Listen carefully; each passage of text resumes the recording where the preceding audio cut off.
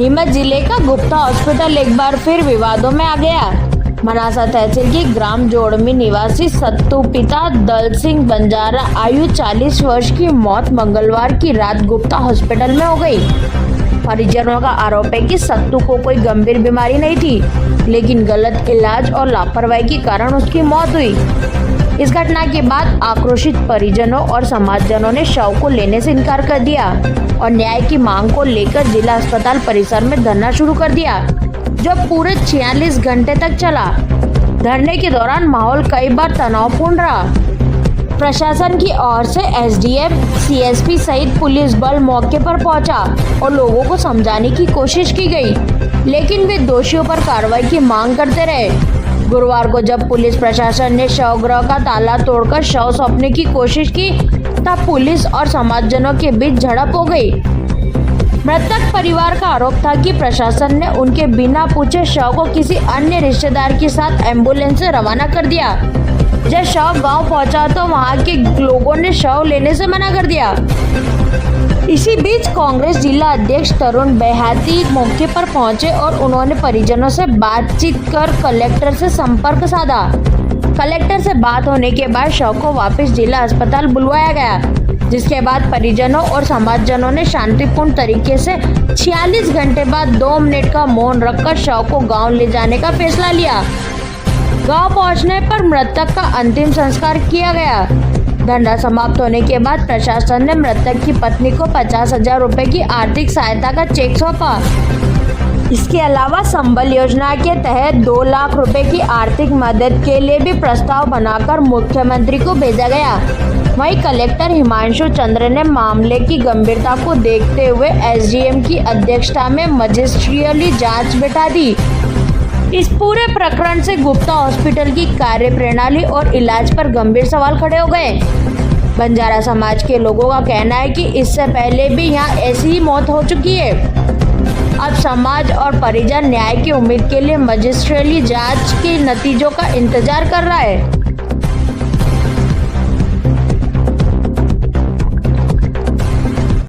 देखिए, अभी जो मामला आपके संज्ञान में था कि किस प्रकार एक चिकित्सक की गलती की वजह से एक पीड़ित की मृत्यु हो गई थी, उसको लेकर 3 दिन से धरना चल रहा था और प्रशासन ने, पुलिस प्रशासन ने गलती करते हुए जबरन पोस्टमार्टम गृह से बॉडी शव को निकाल के उन्हें गांव भेज दिया, जबकि अन्य परिवारजन तो यहीं थे।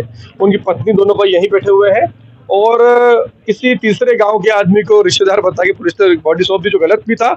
वो बहुत ज्यादा निंदनीय है। जिस किसी अधिकारी ने यह घटनाक्रम किया है उसके खिलाफ भी कार्रवाई होनी चाहिए।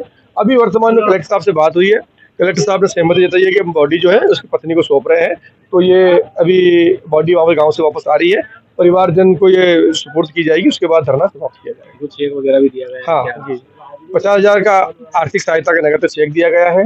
दूसरी बात है कि जो 2 लाख रुपए संबल की योजना के थे, उन्होंने बात की, हमने अपनी ओर से मांग करते हुए 2 लाख रुपए अतिरिक्त जो मुख्यमंत्री सहायता कोष से दिलवाने की बात कही है, तो उन्होंने प्रशासन ने इस बात को स्वीकार किया।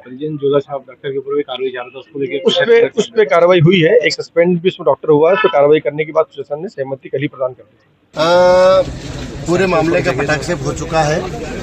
अभी 1 घंटे के बाद हम यहाँ से निकल जाएंगे और जाके भाई सत्यनारायण का दाह संस्कार करेंगे।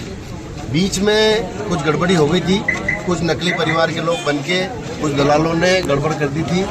जो 2-3 घंटे का जो ये हुआ है वो उसके कारण लेट हुआ है और प्रशासन ने जो जुडिशियल कमेटी बिठाई है उससे भी हम संतुष्ट हैं। वो मुकेश राठौड़ नाम के डॉक्टर को जो उन्होंने सस्पेंड करा है उससे भी हम संतुष्ट हैं। और अभी अपर कलेक्टर साहब से हमारी बात हुई है कि 2 जनों को जांच कमेटी में साथ में बिठाएंगे ताकि हमारी देखरेख में जांच हो। सर, आज जिस तरह से शव ले जाया गया उस पूरे घटनाक्रम को लेकर क्या कहें? वो मैंने कहा ना आपको कि प्रशासन ने कलेक्टर साहब को, एसडीएम साहब वगैरह ने गलत जानकारी दी और नकली लोगों को खड़ा करके कुछ दलाल मिलके और ये जो 2-3 घंटे तक इस शव के साथ जो अमानवीय व्यवहार किया है, ये प्रशासन की भूल है। सहायता राशि भी दी गई। हाँ, 50,000 रुपये सहायता राशि दी रेड क्रॉस द्वारा, 2 लाख रुपए संबल के मिलेंगे और 2 लाख रुपए मुख्यमंत्री सहायता कोष के लिए प्रकरण बना के भेजेंगे। इसके अधिकारियों को कार्रवाई की मांग भी की जाए। बिल्कुल हम तो करते हैं, पर क्या कानून तो अंधा बहरा है। ये हमारे जिलाध्यक्ष जी ने पूरा हमारा समर्थन किया और सहयोग किया, इसलिए ये कलेक्टर ने सुन लिया, नहीं तो कोई सुनने के लिए तैयार नहीं।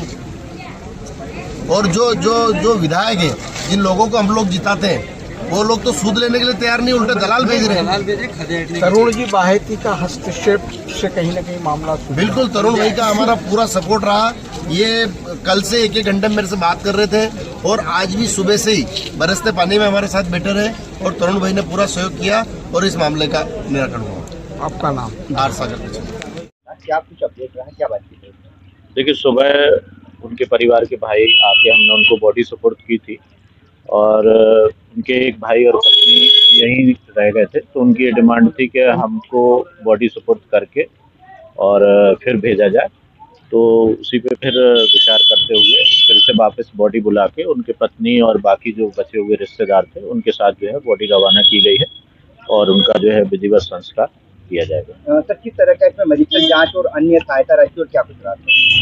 मजिस्ट्रेटियल जांच के आदेश जो कलेक्टर महोदय ने दिए हैं, तो वो हम संभवतः कल से उसको शुरू करेंगे। नोटिस, साक्ष्य आदि सबको बुलाना उसमें शुरू करेंगे और सहायता के तहत जो रेड क्रॉस से 50,000 की सहायता परिवार को दी गई है। इसके अतिरिक्त संबल योजना में उनका रजिस्ट्रेशन था, तो जो 2 लाख रुपए की सहायता राशि संबल योजना के तहत मिलती है वो भी मिलेगी और इसके अतिरिक्त आर्थिक सहायता के लिए मुख्यमंत्री सुरक्षा अनुदान का प्रकरण तैयार करके भेजा जाएगा। परिवारजनों से बातचीत के बाद अब समझाइए, शांत माहौल है, क्या कुछ स्थिति है सर? जी बिल्कुल, अब बिल्कुल शांत माहौल है और सभी लोग सहमत हो गए हैं और सभी इसलिए के तैयार हैं कि उनका जो है विधिवत दाह संस्कार यहाँ से जाके करें। पूरे मामले में जो है 45 घंटे करीब हो चुके हैं, मतलब क्या इनकी प्रमुख मांग थी जो नहीं हो पाई थी, इसलिए ये यहाँ विरोध कर रहे थे? मांग उनकी लगातार जो भी थी जांच को लेके सारी हमने कल ही सारी चीज़ें उनको मान के सहायता राशि की भी घोषणा की थी कल ही, लेकिन अनावश्यक जो है वो नए तरीके से जो है वो समाजजनों के द्वारा मांग की जा रही थी। फिर परिवारजनों से हमारी बात हुई और उसमें जो है सभी की ये समझाइश हुई कि भाई इसका जो है विधिवत दाह संस्कार किया जाए। मैंने डायली से मेरे को टेलीफोन आया जेई साहब का, तो उसने बोला कि अब अपनी डेड बॉडी पड़ी है, 3 दिन हो गया उनका, आपको लेने के लिए पाओ। मैं वहाँ से आया प्रशासन मेरा ला रहा था, मैं अब मेरे समाज के लिए मैं बैठा वहाँ पर बैठा, मैंने हाथ जोड़ के प्रणाम किया, नमस्कार किया, भाई क्या करें, अब 3 रोज हो गया तो डेड बॉडी ले जाने के लिए। तो टीआई साहब ने किया कि भाई मैं तुम्हें डेड बॉडी देता हूँ, आप ले जाओ, इनको दाग संस्कार करो। टीआई का नाम क्या है? कौन सा टीआई ने बोला? टीआई का वो टीआई ये लड़का है, मेरी छोटी उम्र का ही है। टीआई यहाँ का है, का नाम मनासा का है, पर टीआई साहब अच्छा 3 किलो लग रहा था। अच्छा हाँ, तो उनके कहने से ले गए आप? उनके प्रशासन ला रहा, तहसीलदार था मेरा ला रहे, तहसीलदार लेके आया वहाँ से डायरी तहसीलदार एसडीएम ला रहे था, उसने क्या भाई तुम्हारी लाश ले जाओ। तो मृतक के क्या लगते हैं आप? मैं मृतक का काका लगता हूँ। तो उसके भाई और पत्नी तो लेके नहीं गए पार्टी, आप कैसे ले गए फिर? हाँ सर। अरे उसकी पत्नी ने उसके भाई तो यहीं बैठे हुए, तो पार्टी कैसे ले गए आप? मैं उसकी पत्नी को, इनको ये मेरे धरने पर बैठे उन्होंने रोक दिया मेरे को, मैं तो उधर पूरी तरफ खड़ा था। हाँ सर, पूरा परिवार था उनका छोटा काका, बड़ा काका, छठा काका, उसकी काकी, सब सगे परिवार वाले थे। सगे परिवार वाला, सगे भाई तो वहीं बैठे हुए थे। उनका भाई और 3 भाई है, ये दल सिंह के 3 भाई है। सगे भाई, उनकी पत्नी वहीं बैठी थी बिना अनुमति के। आप किसके सहारे आप लेने के लिए वहाँ पर आए? अच्छा, आप कहाँ रहते हो? मैं डायली रहता हूँ। अच्छा, आपका नाम क्या है? मेरा नाम नाम मेरा नाम जीवराज चंदेले, मैं पूर्व सरपंच हूँ।